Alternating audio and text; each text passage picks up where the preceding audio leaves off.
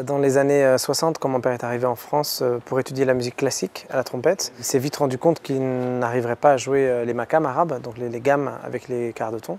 Et il a eu l'idée d'ajouter un piston, parce qu'une trompette en a 3 habituellement, et ce 4e piston permettait de baisser d'un quart de ton chaque note jouée.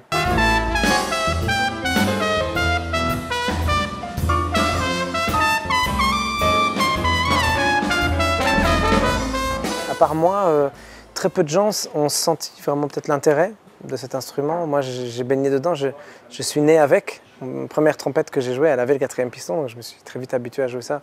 J'avais 7 ans, 8 ans. Mais ça n'a pas vraiment fait école dans le sens où le rêve de mon père, c'était que vraiment tout le monde en joue. Puisque ce n'est pas un truc en moins, c'est un truc en plus.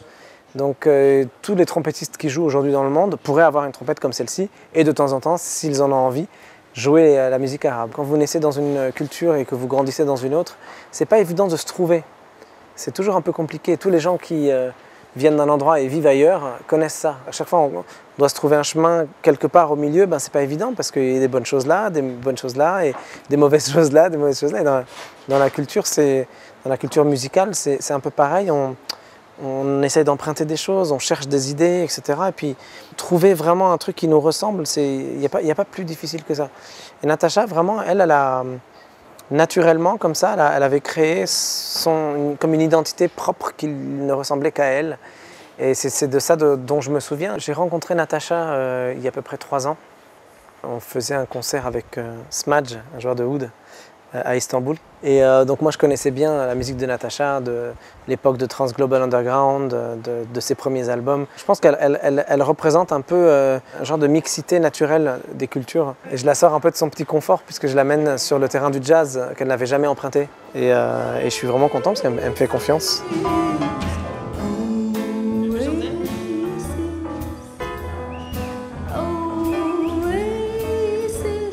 All together.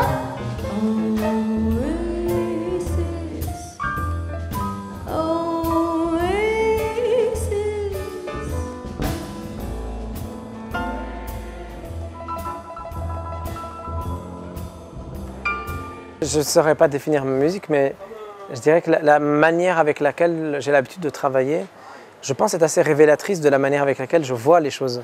Je ne me dis pas voilà ce que j'ai envie de faire et donc je vais aller par là comme ça. En fait, j'ai des sensations, j'ai des idées, j'ai des émotions qui me traversent. Je cherche, je passe mon temps à chercher. Et parfois, je tombe sur quelque chose qui me plaît assez et que je me dis bon, ça peut peut-être valoir le coup que quelqu'un l'écoute et que d'autres gens l'apprécient aussi. Avec Natacha, c'était la même chose. On s'est longtemps cherché, on parlait beaucoup.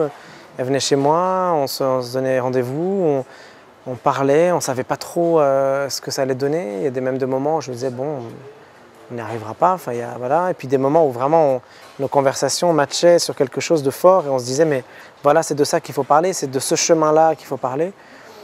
Et pareil, musicalement, ce sont des couches qui se superposaient et on cherchait quelque chose. C'est peut-être ça, puis non, finalement, c'est peut-être ça, puis non, c'est peut-être ça, puis on fait ça pendant des années. Sur l'album avec Natacha, on a bossé pendant 3 ans.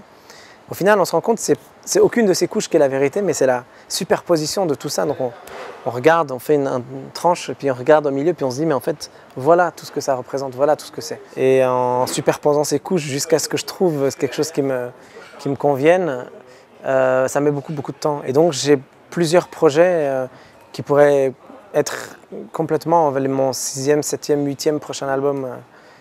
Voilà, et je travaille en fait dessus en permanence. J'ai tout le temps plein d'idées musicales. Là, par exemple, on a terminé les 2 prochains albums. Mais comme ça s'est terminé très vite, on a décidé de les sortir ensemble. Donc ça sort cet automne. Il y a d'autres albums sur lesquels je travaille, d'autres projets, des musiques de films. Des albums pour d'autres artistes. Il y a l'album de Natacha Atlas qui sort aussi en même temps que le mien. Et puis voilà, des créations aussi, composées pour des chorales, pour des orchestres. Je travaille beaucoup en fait, hein, donc si, j'espère que j'aurai le temps de faire tout ce que j'ai envie de faire avant de plus être là.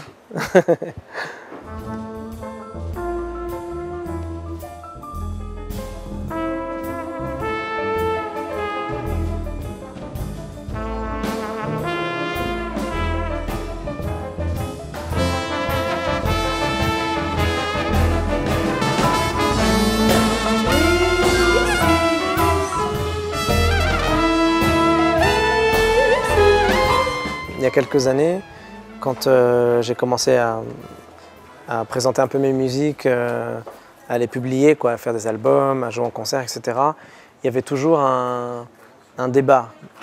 Est-ce que c'est du jazz, est-ce que c'est pas du jazz? Et je savais qu'en France, il y a 3-4 endroits fondamentaux pour le jazz. Et Jazz à Vienne est peut-être un des plus prestigieux en France.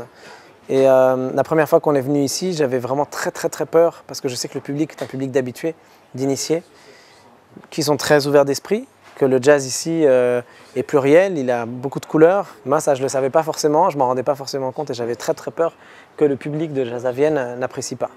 Et ça s'était très bien passé. Donc je suis sorti de scène en me disant ça y est, je crois que le jazz m'aime bien.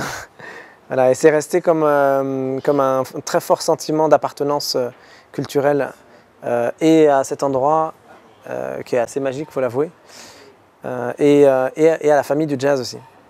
Voilà, et c'est resté là.